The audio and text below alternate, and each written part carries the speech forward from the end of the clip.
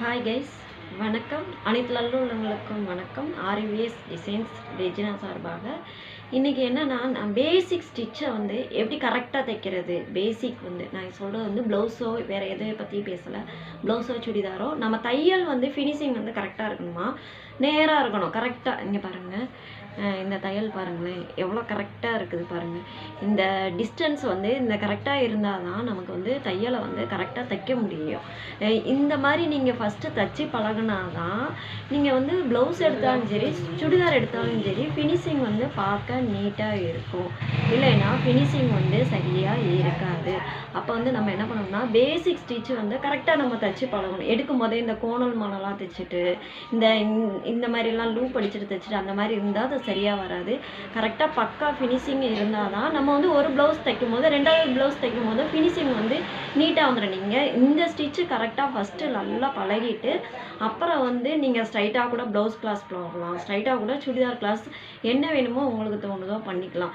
Step by ஸ்டெப்பாக எடுத்தோன்னே சின்ன சின்ன விஷயங்களாக போகிறத விட தலகாணி தைச்சி பெட்டிக்கோட் தைச்சி அந்த மாதிரி போகிறத விட இந்த தையல் வந்து உங்களுக்கு வந்து ஃபினிஷிங் கரெக்டாக இருந்துச்சுன்னா உங்களுக்கு வந்து அடுத்த கட்டத்துக்கு நீங்கள் போகலாம். இந்த தையலை வந்து நான் எப்படி தைக்கிறதுன்ட்டு கொஞ்சம் காட்டுறேன், கொஞ்சம் நீங்களும் ஃபாலோ பண்ணுங்கள்.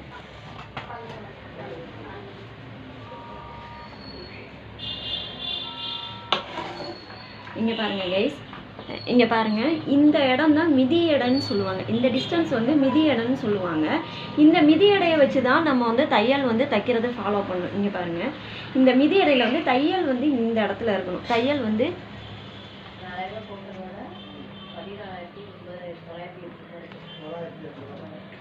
வந்து இதுக்கு நேராக இந்த டிஸ்டன்ஸை வந்து ஃபாலோ பண்ணி தான் நம்ம தைக்கிறது எப்போவுமே ஆரம்பிக்கிறது. இங்கே பாருங்கள், இந்த மாதிரி ஆரம்பிக்கையில் நமக்கு தையல் வந்து இதை ஃபாலோ பண்ணி தைக்கையில் வந்து தையல் வந்து கரெக்டாக உள்ளது.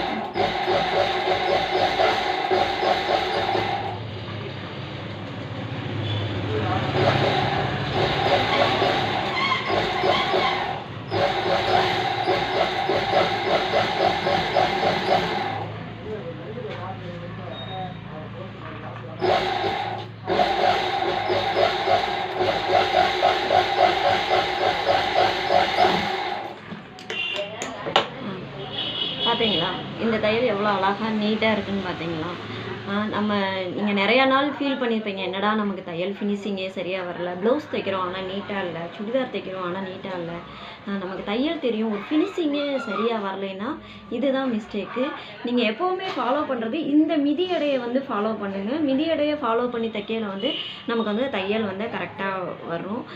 இந்த தையலை வந்து நல்லா ப்ராக்டிஸ் பண்ணுங்கள். அதை ஆல்ரெடி கற்றுக்கிட்டு இருந்தவங்களும் சரி, புதுசாக கற்றுக்கிற போகிறவங்களும் நீட்டாக ப்ராக்டிஸ் பண்ணுங்கள். 1க்கு 10 தடவை ஸ்டிச் போடுங்க. ஸ்டிச் போட்டு கற்றுக்கிட்டோங்கன்னா நல்லா தையல் விழுகும்,